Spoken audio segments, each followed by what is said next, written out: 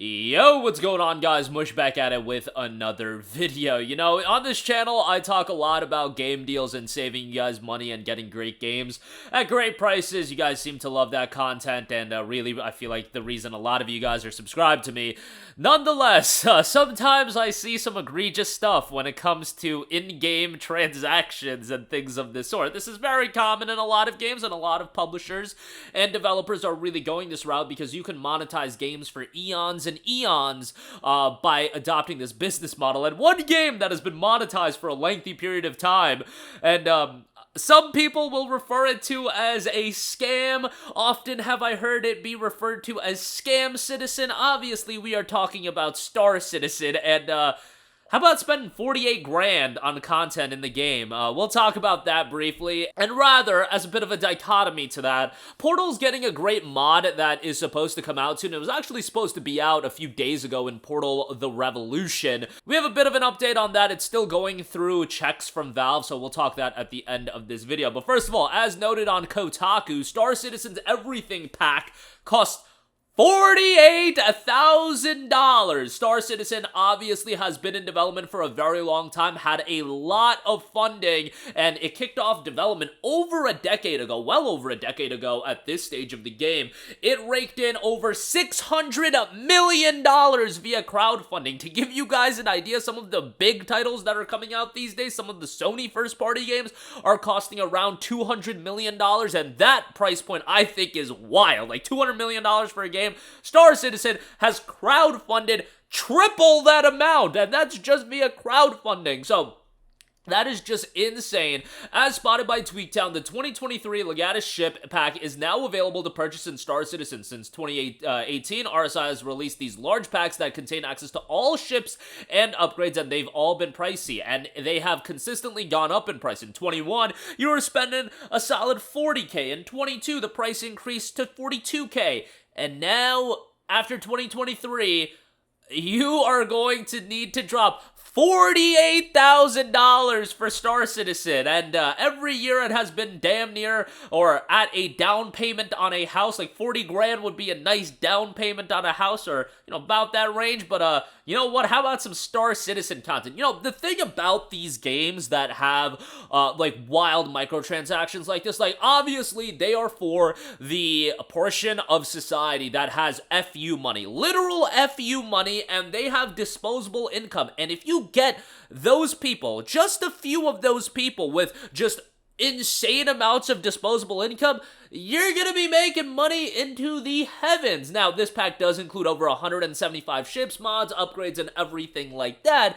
And the need to buy it, you actually need to be a part of the Chairman's Club, and to reach that level, you'll need to spend over $1,000. So, in reality, this in-game content is worth around 49 grand, but that's just wild to think about. And again, I go back to the idea of, if you cater to these people that just have insane amounts of disposable income, whether they be, they made the disposable income for themselves, or they come from a very well-off family, where if you get those people into these kinds of games, just a few of them, you can make an absurd amount of money. And obviously, there's a scale to this. Now, there's the people with absolute FU money where they can drop 48 grand on a game like this, and then there's the people that just have disposable income and they have no real point of contention for dropping money in games that they really enjoy. I often bring up one of my buddies that's super into Destiny 2, and that man has dropped an absurd amount of money into that game. He's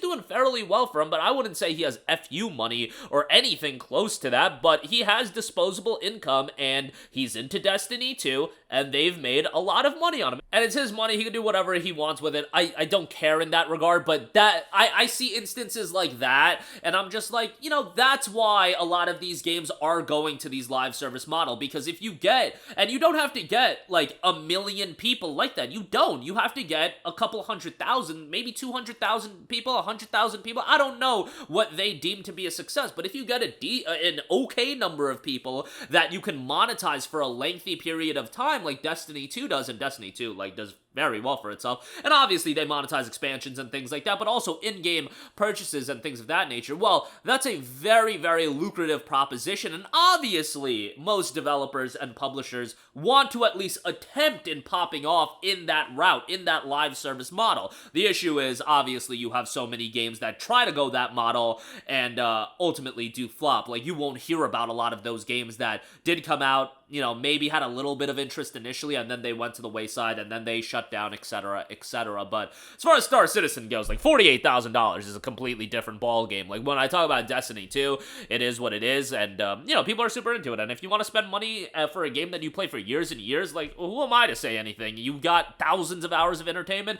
The thing with Star Citizen is this game's been in development since 2012. It had a lot of crowdfunding, and I don't even know, like, what the reality or the realistic proposition with this game is and what it's ultimately gonna be, but it's just something that's been kind of comical to follow. And when I see things like this, like 48 grand, that's just wild to think about. And, you know, it's one of the more egregious examples of monetizing a game, at least from what I can see. Like, whenever you're dropping 48 grand on a game, like, that's kind of wild to me, but, you know, you do whatever the hell you want to do. Next up, Portal Revolution, a bit of an update to that release date. Now, this is a totally different thing. Mods are free, guys, and Portal is a game that most of you guys own.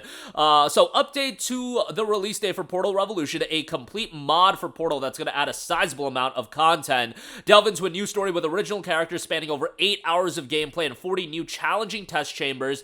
And the update in the community blog post notes, this is the type of announcement us game devs all dread making. We have an update regarding Portal Revolution's planned release today on January 5th, 2024. Right off the bat, I want to say that the game is done. We can ship at any moment, but Valve has yet to review and accept the game for release. All games on Steam need to undergo a review process by Valve before the developer gets the option to release. According to Valve, this usually takes 2 to 3 business days, and developers are advised to submit their game at least 2 weeks before the intended ship date. Before we set our January date, I checked with Steam support whether Valve would be able to review during the holidays. Their response: we still have a reduced team working during the holidays, so expect long review times. I've changed and immediately published the release date for you, gave me confidence that they'd still be able to review it in time. The build we submitted on December 20th has not been reviewed yet, so even though we are done on our part, we can't ship it. In hindsight, we should have seen this coming, and we definitely learned a lesson to not ship during the holidays. Again, shortly before posting this announcement, we finally got a response from Valve, and they are now reviewing our game. So, in the next few days, Portal Revolution should be out by the time you guys are watching this video. It may be out. I doubt that would be the case, but this is a pretty big mod that should be out here shortly for Portal 2, and you can check on that very soon, so hopefully that'll be out here